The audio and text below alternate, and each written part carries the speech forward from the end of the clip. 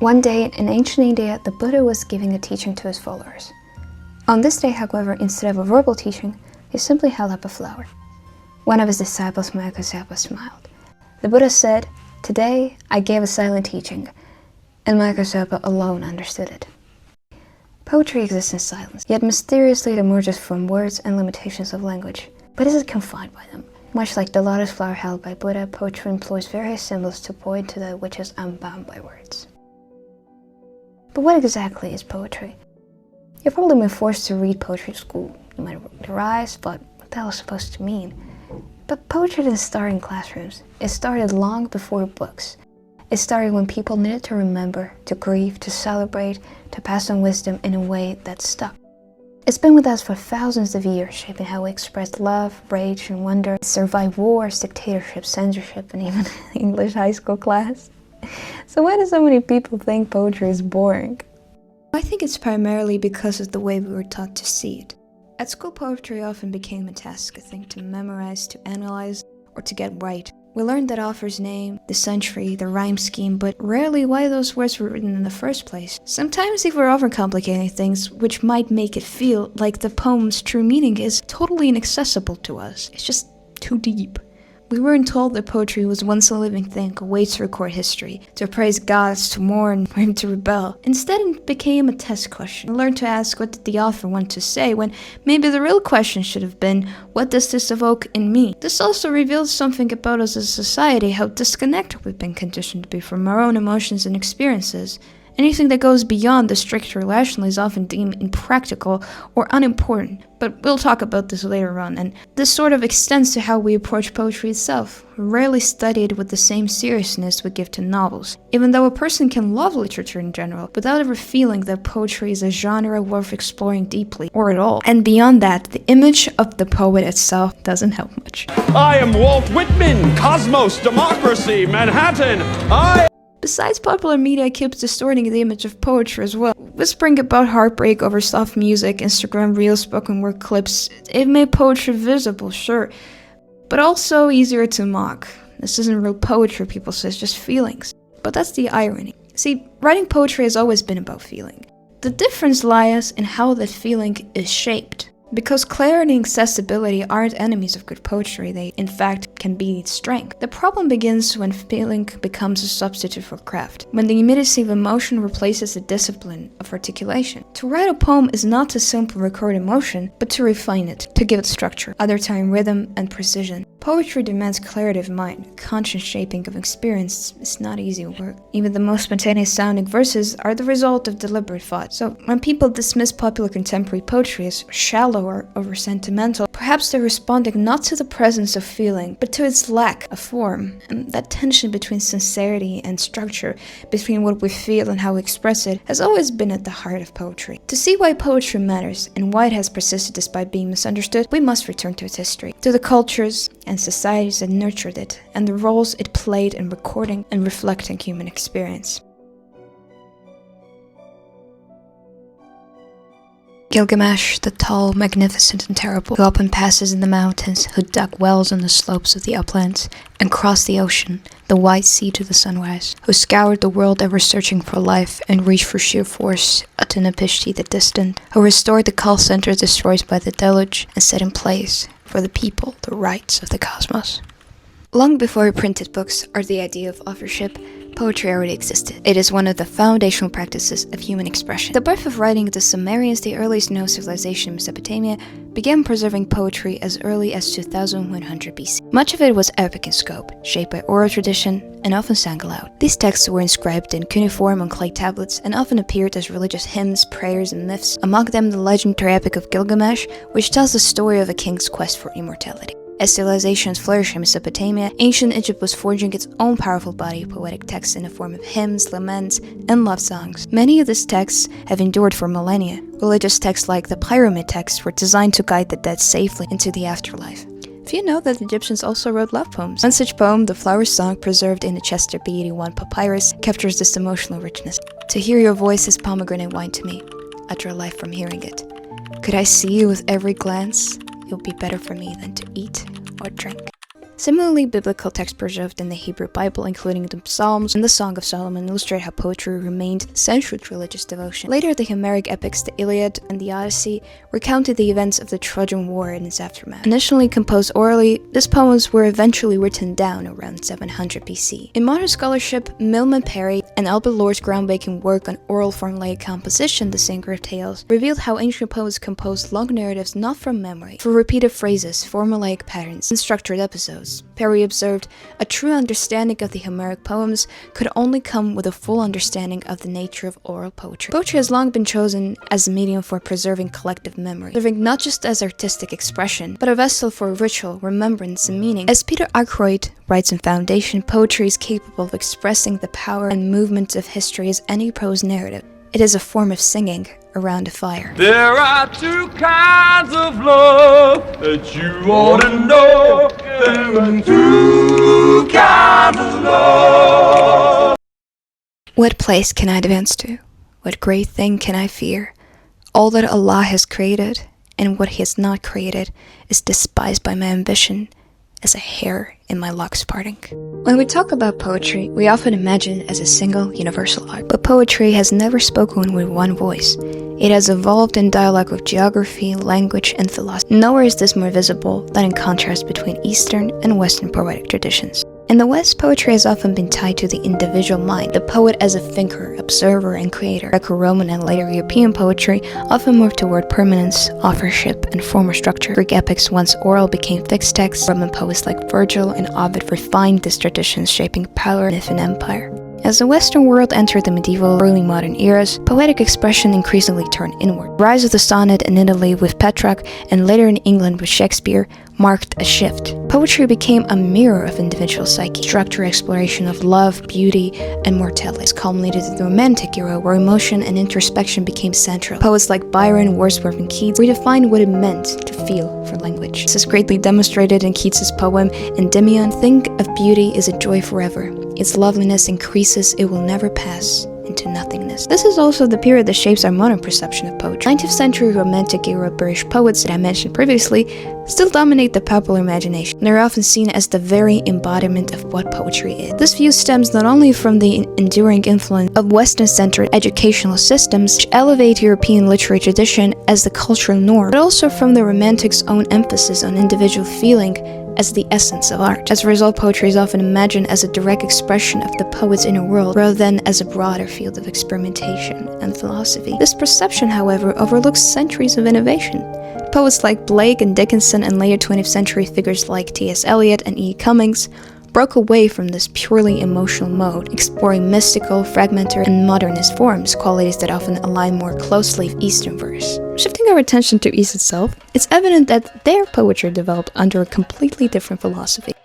One grounded in unity, the subtle relationship between human and nature. In Chinese and Japanese traditions, the poet's task was not to dominate the world from language, but to listen to it. Haikus such as Basho's midfield attached to nothing, the skylark singing, does not interpret a scene, it becomes it. Persian ghazals like that of Rumi transform longing into devotion, and Eastern poetry generally speaks from a collective or spiritual perspective rather than a personal one. Where the West pursued the architecture of language, the East pursued the emptiness, what lies between words. Still, the distinction between both cultures is not absolute. Matthew Arnold captures this idea perfectly in his essays and criticism. Everywhere there is connection, everywhere there is illustration. No single event, no single literature is adequately comprehended except in its relation to other events, other literatures. What is poetry really for? That question, more than anything else, reveals why poetry is the most misunderstood genre of literature. Poetry has always been caught between two worlds, emotion and reason, illusion and truth. In Plato's Republic, poetry gets a surprisingly harsh verdict. Plato poets are imitators of the world. The word itself is already a flawed imitation of the idea. Poetry, in a way, becomes a copy of a copy. But his student Aristotle saw things differently. In Poetics, he argued that poetry, far from corrupting the soul, serves a moral, a psychological purpose. The dramatic arc of tragedy enables catharsis, purging or cleansing of emotion. Poetry becomes a tool for understanding and processing the human condition. That's why the emotional world, not the rational one, has always been linked to poetry, and why people who love it or write it are often done through the feeling rather than the formula of how to write it or to interpret it. O'er the wild waters, laboring far from home, or some bleak pittance air compelled to roam. Few hearts to cheer him through his dangerous life, and none to aid him in the stormy strife. During the Romantic era, poets began to push back against both rationalism and strict formalism. William Wordsworth, in the preface to Lyrical Ballads, called poetry the spontaneous overflow of powerful feelings, recollected in tranquility. To him and other romantics like Percy Shelley, poetry was not a distraction from truth. It was truth, or at least a way of accessing something more profound, emotional, and spiritual than reason alone could reach. In his defense of poetry, Shelley elevated poetry's power, declaring that poets are the acknowledged legislators of the world. And Richard Fortey, in his book Philosophy as Poetry, quotes Shelley further, noting that poetry, quote, may be defined to be the expression of the imagination. In this wider sense, poetry is connate with the origin of men. It is the influence which is moved not, but moves. It is something divine, at once the center and circumference of knowledge. It is that which comprehends all science, and to which science must be referred. It is at the same time the root and blossom of all other systems of thought. Just as the Enlightenment defied reason, Shelley and the Romantics defied imagination, turning it into a creative force equal to philosophy itself. Richard Fortey goes further, reflecting on a deeper problem that has shadowed poetry since Plato: the distinction between reality with a capital R and appearance with a capital A. Only a philosopher takes seriously Plato's distinction. That distinction outlived whatever usefulness it might have had. We should do our best to get rid of it. If we did so, we should no longer imagine whether the human mind or human language is capable of representing reality accurately. We would stop thinking that some parts of our culture are more in touch with reality than other parts. Stone by stone, I pile this cairn of my intention, with the noon's weight on my back, exposed and vulnerable, across the slanting fields which I love, but cannot save from floods that are to come. I can only fasten down, with this work of my hands, this painfully assembled stones in the shape of nothing that has ever existed before. A pile of stones, an assertion that this piece of country matters, for large and simple reasons. A mark of resistance, a sign. Poetry has increasingly accompanied moments of social tension, political upheaval, and rather than functioning solely as aesthetic expression, it has often served as a mode of testimony, critique, and historical record. For example, in the 20th century, poetry became increasingly visible with movements for social justice, decolonization, worker rights, and gender equality. In the United States, the Harlem Renaissance marked a crucial moment in which African-American poets asserted cultural and political agency for literature. Langston Hughes' poetry in particular confronts the contradiction of American democracy by exposing the distance between national ideals and lived realities, while Latin America poetry frequently intersected with revolutionary ideals. Pablo Neruda's work exemplifies the fusion of lyricism and political commitment. His Canto General functions as a poetic chronicle of Latin American history, work grounding labor, land, and collective struggle while critiquing imperial power. Alongside literary figures stood poets whose work circulated primarily through music and oral performance. Victor Jara, a Chilean folk musician and poet, addressed workers and rural communities directly. Guitarra trabajadora, con olor a primavera, que no es guitarra de ricos, ni cosa que se parezca. Mi canto es de los andamios para alcanzar las estrellas. In the Soviet Union, poetry operated under conditions of censorship and surveillance. Evgeny Evtushenko emerged as a prominent poet who tested the boundaries of permissible speech. A poem by BR challenged official silence surrounding anti-Semitism. And within feminist movements, poetry became a tool of interrogating both political structures and everyday experience. Adrienne Rich's work is particularly significant in this context. She rejected the separation of the personal and the political, arguing that language itself is shaped by power relations. This is the oppressor's language. Yet I need to talk to you. In contrast, much contemporary political poetry on the page adopts a restrained and direct mode, engaging power through suggestion rather than direction. And even calling it political poetry is sort of misleading, but still, a lot of the poetry of nowadays seems to be addressing political matters that's not quite as flashy as it used to be. So a good example of this would be Simon Armitage's poem Out of the Blue, which was written in 2008. It was written in response to 9/11 attacks, and in a way exemplifies this approach, because the poem is voiced by a man falling from the Twin Towers. Yet Armitage avoids spectacle or, in a way, moralizing language. He instead focuses on sensory detail and conversational tone. The speaker addresses the riddle almost casually, collapsing the distance between global catastrophe and an individual tragic experience. And Armitage's broader work also frequently engages class and violence for ordinary settings. Films like Chainsaw versus the Pampas Grass uses domestic imagery as an exploration of masculinity and aggression. And one of my favorite poems of his, which is actually not a wider known poem, and I love it so very much that I'm just gonna read it out to you. I would love to use the poem in Armitage's own voice, but I think I'm gonna just read it to avoid the unnecessary sort of copyright infringement of this video. But I love this poem, and it is horrible, and it is very violent in the most subtlest ways. But first, the backstory. We devised this little experiment. I stayed in the yard, in the schoolyard, while he started moving further and further and further away, shouting all the time. And we thought there would come a point where I could no longer hear him, and that would be the size of the human voice. Unfortunately, the village wasn't that big, and he just sort of fell off the edge into Lancashire. And it's at that point where the experiment breaks down that I try and get the poetry to rush in and fill the gap. We went out into the schoolyard together, me and the boy whose name and face I don't remember. We were testing the range of the human voice. He had to shout for all he was worth. I had to raise an arm from across the divide to signal back that the sound had carried. He called from over the park. I lifted an arm. Out of the bounds he yelled from the end of the road, from the foot of the hill, from beyond the lookout post of Fred West's farm. I lifted an arm. He left town, went on to be 20 years dead with a gunshot hole in the roof of his mouth in Western Australia. Boy with the name and face I don't remember. I can't stop shouting now. I can still hear you. A similar inward turn can be seen in the work of Ocean Vuong, whose poetry frequently avoids explicit political reference despite being shaped by his stories of war, migration, and displacement. In Night Sky with Exit Wounds and Time is a Mother, Vuong writes about family, desire, grief, and the body. Poems such as Dolmachos and Someday I'll Love Ocean Vuong foreground this intimacy and vulnerability rather than public discourse. I think we go to writing to reckon with the DNA of a selfhood imprinted on paper.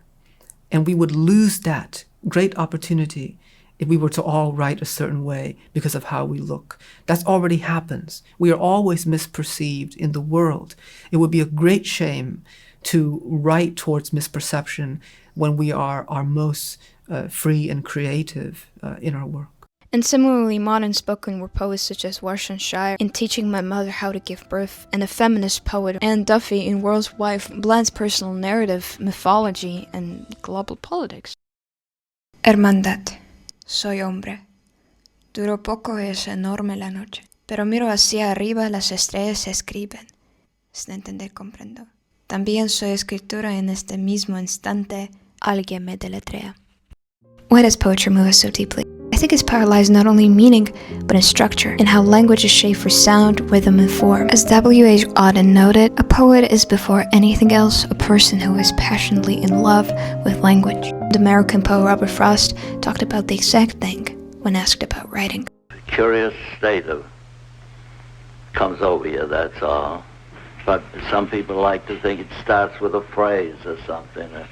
I think it starts with a mood. As Poe said somewhere, you know, he wrote lots of prose, and he had a hard life and died at 40, the poor boy. And but he said he never touched the poetry except when, you know, with something sacred touch. And that's a strong word for it, but that feeling that you could never do it unless you never do it to pay a bill, because you probably won't. The rhythmic patterns of verse, from meter to alliteration, activate neural responses, similar to those of music, creating an embodied emotional reaction. Because of this, poetry is often associated with rhyme, and historically, rhyme aided memory and created pleasure for pattern and expectation, but it is not essential to poetry. Yet still, to this day, many people think that in order to write poetry, you have to make a rhyme. and as the example discussed earlier, show free verse and spoken word poetry that can be expressed without end rhymes, because what matters most is how language is arranged to carry emotion. Imagery and symbolism makes abstract feelings tangible, as in Sylvia Plath's Lady Lazarus, or for example Robert Frost's Fire and Ice, and conciseness forces attention so each word resonates, while poetic forms, sonnet, haiku, free verse, or slam poetry, they shape emotional pacing and intensity. And in this way, the structural beauty of poetry, its sound, rhythm, and form, shapes how meaning is felt and not just understood. Ultimately, poetry is about life. It reflects our struggles, triumphs, and uncertainties. It gives language to every facet of being human, not just suffering or love, but wonder, resistance, humor, and survival. And it reminds us that nothing human is small or insignificant. It's a mirror showing us who we are individually and who we are together. Therefore, poetry's misinterpretation is not a failure of the art itself, but a challenge to its readers, to recognize its demands, its subtlety, and its capacity to reflect life itself. And the dismissal, I believe, also reflects how we live. We rush, seek answers, and assume we already know enough. In doing so, we lose the ability to look closely and dig deeper. And I think only by engaging fully can we begin to understand why it matters, and why it continues to endure, evolve, and illuminate. I wrap up by this poem by Dylan Thomas. I think it's a good example how this poem does not offer comfort for acceptance, but for fierce attention to living. Thank you so much for listening. And I really hope you enjoyed this video because I was a pain in the butt to make, but here you go. See you next time. Cheers. Do not go gentle into that good night. Old age should burn and rave at close of day. Rage, rage against the dying of the light. Though wise men at their end know dark is right, because their words had forked no lightning, they do not go gentle into that good night. Good men the last wave by, crying how bright their frail deeds might have danced in a green bay. Rage, rage against the dying of the light. Wild men who caught and sang the sun in flight, and learned too late they grieved it on its way. Do not go gentle into that good night. Grave men near death, who see with blinding sight, blind eyes could blaze like meteors and be gay. Rage, rage against the dying of the light. And you, my father, there on the sad height, curse, bless me now with your fierce tears, I pray. Do not go gentle into that good night. Rage, rage against the dying of the light.